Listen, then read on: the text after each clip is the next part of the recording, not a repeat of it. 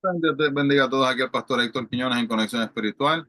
Mirando en el día de hoy la lectura titulada Enviando a los discípulos y alcanzando a los gentiles en Marcos capítulo 6 y capítulo 7. Señor, te adoramos y agradecemos, Padre, por otra oportunidad de venir delante de tu presencia, por otro día donde podemos abrir nuestros ojos, otro día donde podemos ver la luz, donde podemos caminar, mover nuestros brazos, Señor, donde podemos pensar, donde podemos sonreír y donde podemos hacer tantas cosas que a veces, Señor, pasamos por alto.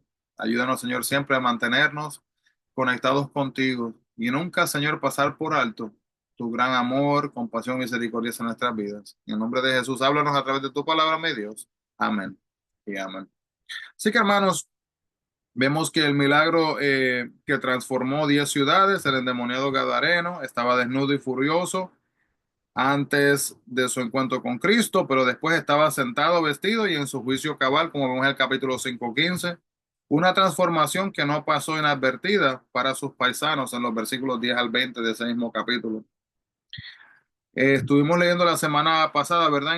En el libro de Mateo 19, del 16 al 22, sobre un rico que buscaba a Dios, que vino a Jesús y solicitó ser uno de sus discípulos. Jesús le dijo que primero considerara el costo, el joven lo hizo y no estuvo dispuesto a pagar el precio.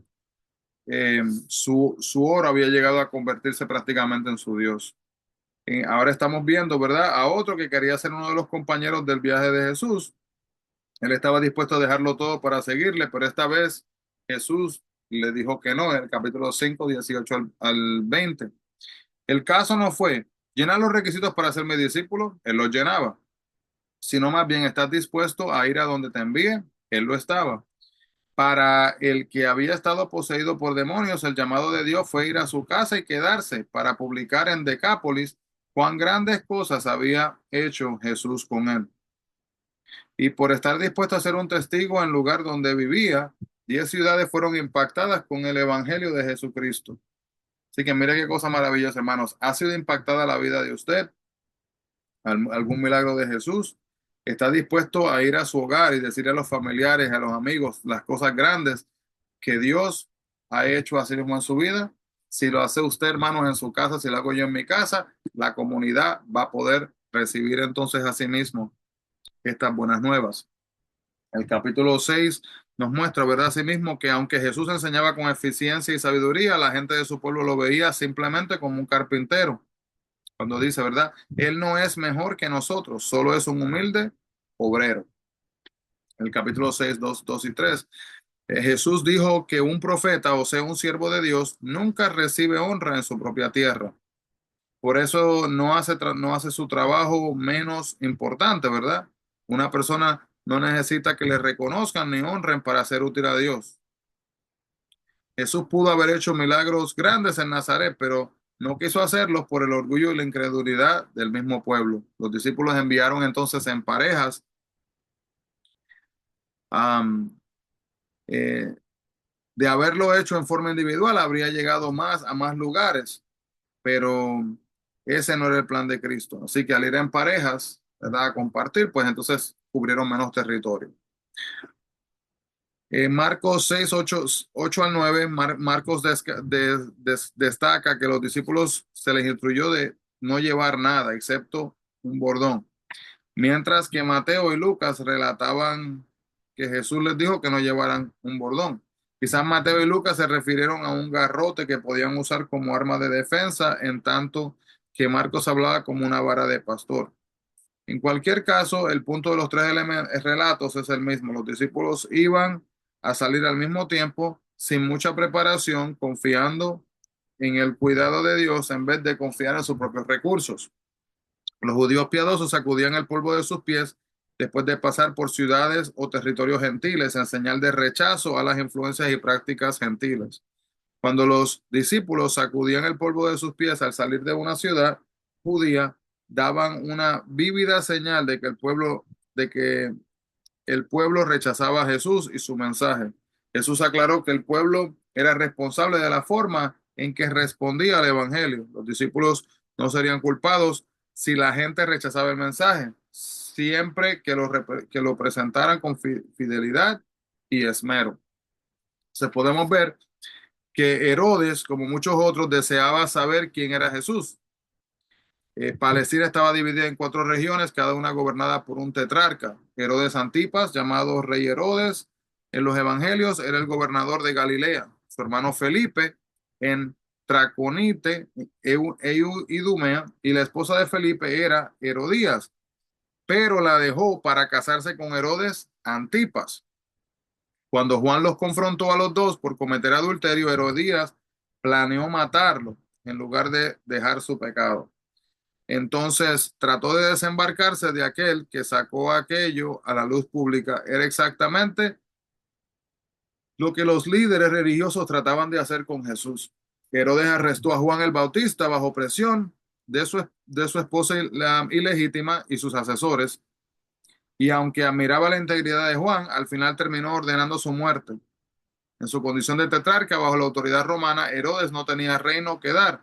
Su oferta de la mitad de su reino fue su manera de decir que daría a la hija de Herodías casi cualquier cosa prácticamente que ella pidiera.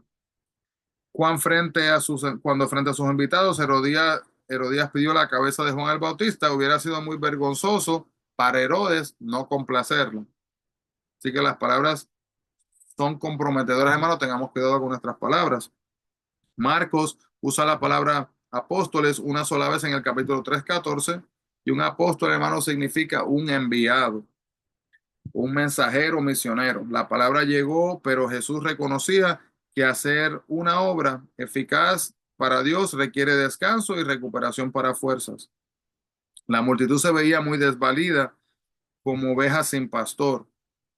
Y en el capítulo 6:37 vemos como muchas personas examinan la vida y el ministerio de Jesús, sus vecinos y también sus familias, el rey Herodes y los discípulos, pero ninguno lo aprecia por lo que él realmente es. Los discípulos siguen ponderándolo, aún turbados, aún incrédulos, y no se dan cuenta de que Jesús puede darles a sí mismo lo que es el sustento que necesitan. Jesús pidió a los discípulos que buscaran comida para más de 5.000 personas, y ellos preguntaron asombrados si iban a buscar y buscaban 200 denarios de pan. ¿Verdad? Los discípulos hicieron lo que pudieron, recolectaron la comida disponible y organizaron a la gente en grupos. Pero qué cosa que el capítulo 6:49, ¿verdad?, nos muestra que los discípulos se sorprendieron al ver a Jesús cuando anda sobre el mar. Debía haberse dado cuenta entonces que él podría ayudarles cuando estuvieran en dificultad. Los discípulos estaban asustados, pero la presencia de Jesús ahuyentó el temor. Todos sentimos miedo, ¿verdad? Y en tiempos de temor o incertidumbre es reconfortante saber que Cristo está siempre con nosotros, como dice Mateo capítulo 28, versículo 20. Los discípulos no querían creer, quizás porque no podían aceptar en aquel ser humano llamado Jesús y el hecho de que él era Dios. No se atrevían quizás a creer que el Mesías los escogió como sus seguidores. Era demasiado bueno para ser cierto. Número 3, quizás porque todavía no entendían el verdadero propósito de la venida de Jesús a la tierra, y su incredulidad tomó la forma de falta de entendimiento. Y aún después de ver a Jesús alimentar milagrosamente a 5.000 personas, no podían dar el paso final hacia la fe, a creer que Él era el Hijo de Dios. Si lo hubieran hecho, no se habrían maravillado cuando Él anduvo a sí mismo por las aguas. Genezaret era una pequeña pero fértil llanura en el oeste del mar Galilea, y Capernaum, donde Jesús vivía, se encontraba en la orilla norte de esa llanura. El capítulo 7, ¿verdad? Asimismo nos muestra que los líderes religiosos enviaron investigadores desde su sede de Jerusalén para que observaran a Jesús, y no les gustó lo que encontraron, porque Jesús los increpó por guardar la ley para parecer santos, pero no lo hacían para honrar a sí mismo a Dios. Marcos explicó estos rituales porque escribía a personas que no eran judías. Antes de cada comida, los judíos devotos llevaban a cabo una breve ceremonia, lavándose las manos y brazos de cierta manera.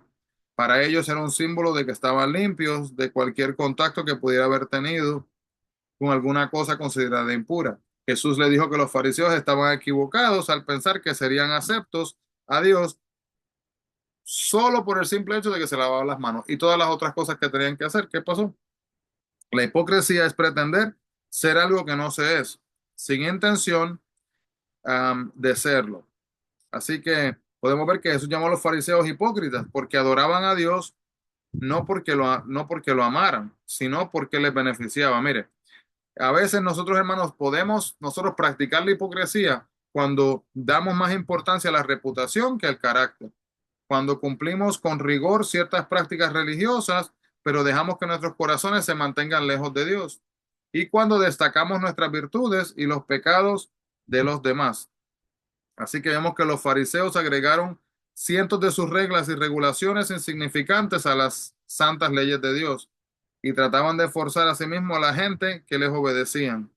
Decían que conocían la voluntad de Dios para cada detalle de la vida. Los líderes religiosos de hoy en día, hermanos, también tratan de agregar reglas y reglamentos a la palabra de Dios, con lo que provocan una confusión así mismo tristemente entre los creyentes. Los fariseos usaban a Dios como una excusa para no ayudar a sus familiares, sobre todo a sus padres. Creían que era más importante dar el dinero al templo que ayudar a los padres necesitados. Pero no obstante,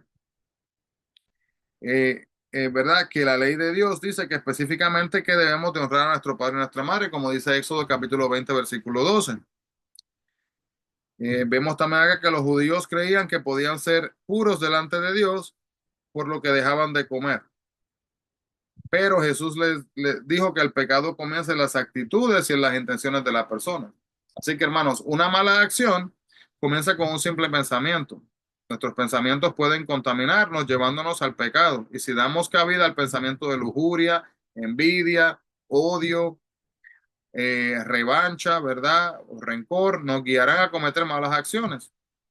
Jesús viajó unos 45 kilómetros en el capítulo 7:24 hasta Tiro y de ahí fue a Sidón. Eran dos ciudades portuarias del Mediterráneo al norte de Israel. Y Marcos la llama Sirofenicia y Mateo la llama Cananea en el capítulo 7:26. La designación de Marcos hace referencia a su trasfondo político y su audiencia romana podría identificarla con facilidad por la parte del imperio de donde procedía. Así que la descripción de Mateo se creó para su audiencia judía, los que recordaban a a los cananitas como acérrimos enemigos cuando Israel se estableció en la tierra prometida. Capítulo 7, 27 y 28, cuando dice perrillo, se refiere a una pequeña mascota, no a un animal que anda suelto como comiendo carroña. Jesús simplemente quería explicar que su prioridad era alimentar a los hijos, ¿verdad? Enseñar a sus discípulos, no permitir que las mascotas interrumpir la comida familiar, interrumpa la comida familiar. La mujer no discutió usando los términos que Jesús escogió. Declaró que estaba dispuesta a que la consideraran una interrupción mientras que ella recibiera una bendición, la bendición de Dios para su hija. Y es irónico, ¿verdad? Pero muchos judíos perdieron la bendición y la salvación de Dios porque rechazaron a Jesús, mientras que muchos gentiles encontrarían así mismo la salvación aceptando a Jesús. El capítulo 7:29, este milagro muestra que el poder de Jesús sobre los demonios es tan grande que él no necesita estar presente físicamente para liberar a alguien. Jesús le pidió a la gente que no divulgara la noticia de su sanidad porque él no quería que lo vieran simplemente como alguien que hacía milagros. En otro punto, hermanos, él quería que todo fuera en el tiempo divino de Dios, como él lo tenía así mismo desglosado. Y Padre Celestial, te agradecemos, Padre, por tu palabra.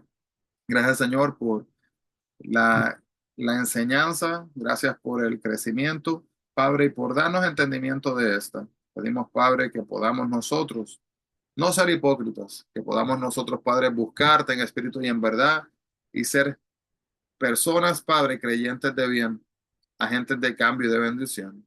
En nombre de Jesús pedimos estas cosas, mi Cristo. Amén y amén. Y que Dios le bendiga grandemente a todos, hermanos. No se olviden, busquemos la presencia del Señor. Bendiciones.